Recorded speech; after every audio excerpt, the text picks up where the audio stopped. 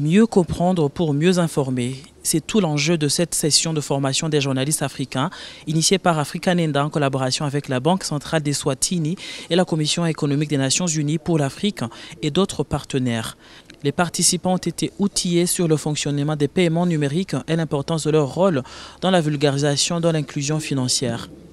Le journaliste, avant de porter une information au public, doit d'abord savoir de quoi il est question.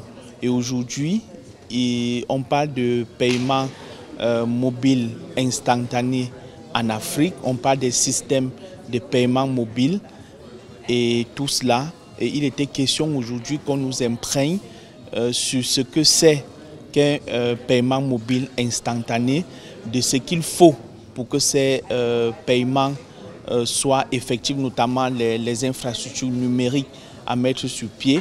Si le journaliste ne comprend pas le bien fondé du mobile money, il n'est pas en même de pouvoir expliquer le mobile money à la population. Et l'intérêt que le journaliste comprenne ce concept et de pouvoir bien le traduire, c'est de permettre alors à la population de pouvoir jouir de son droit de consommateur.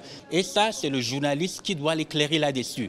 Dès que la population ou bien les usagers ont les éléments qui leur permettent de savoir que tel est mon droit en matière de mobile money, il est plus en même alors d'exiger un meilleur service, d'exiger alors que l'opérateur de téléphonie mobile ou bien l'opérateur de mobile money alors offre un service adapté à ce qu'il a droit.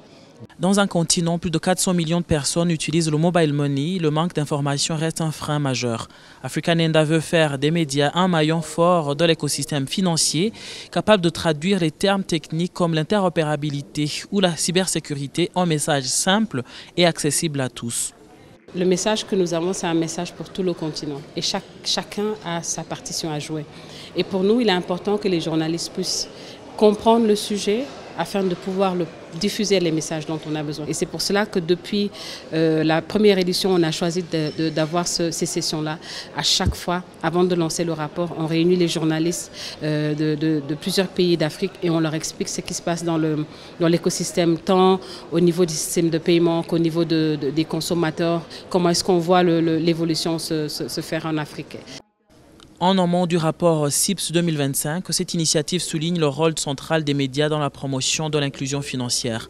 Car informer, c'est aussi influencer. En amplifiant la voix des acteurs du changement, la presse africaine peut aider à orienter les politiques publiques, renforcer la confiance du public et accélérer la marche du continent vers des paiements numériques sûrs, rapides et réellement inclusifs.